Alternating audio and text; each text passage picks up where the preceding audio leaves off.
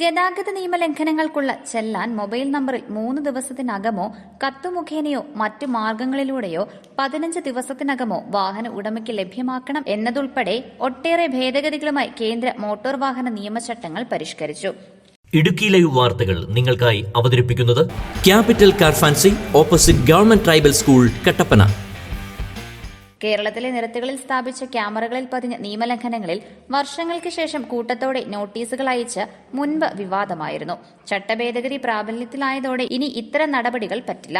ചെല്ലാൻ ലഭിച്ചാൽ 45 ദിവസത്തിനുള്ളിൽ തുക അടയ്ക്കുകയോ ആക്ഷേപമുണ്ടെങ്കിൽ തെളിവ് സഹിതം ചുമതലപ്പെട്ട ഉദ്യോഗസ്ഥനു മുന്നിലോ പോർട്ടൽ വഴിയോ അക്കാര്യം അറിയിക്കുകയോ വേണം.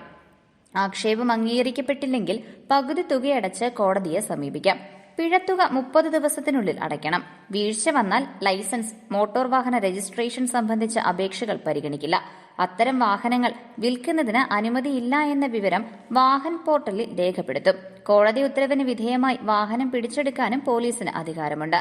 തുടർച്ചയായി 5 അതിലേറെയോ തവണ നിയമലംഘനങ്ങൾ നടത്തുന്നവരുടെ ലൈസൻസ് റദ്ദാക്കാനും വ്യവസ്ഥയുണ്ട്. ന്യൂസ് ഡെസ്ക് ഇടുക്കി ലൈവ് വാർത്തകൾ നിങ്ങൾക്കായി അവതരിപ്പിച്ചത് ജില്ലയിലെ ഏറ്റവും വലിയ car fancy showroom capital car fancy opposite government tribal school, Kattappana.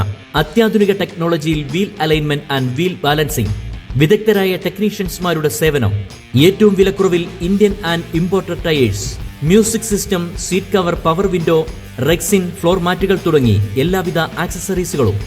അങ്ങനെ ക്യാപിറ്റൽ കാർ ഫാൻസിയിലെത്തിയപ്പോ ഞങ്ങളും അടിപൊളിയായി.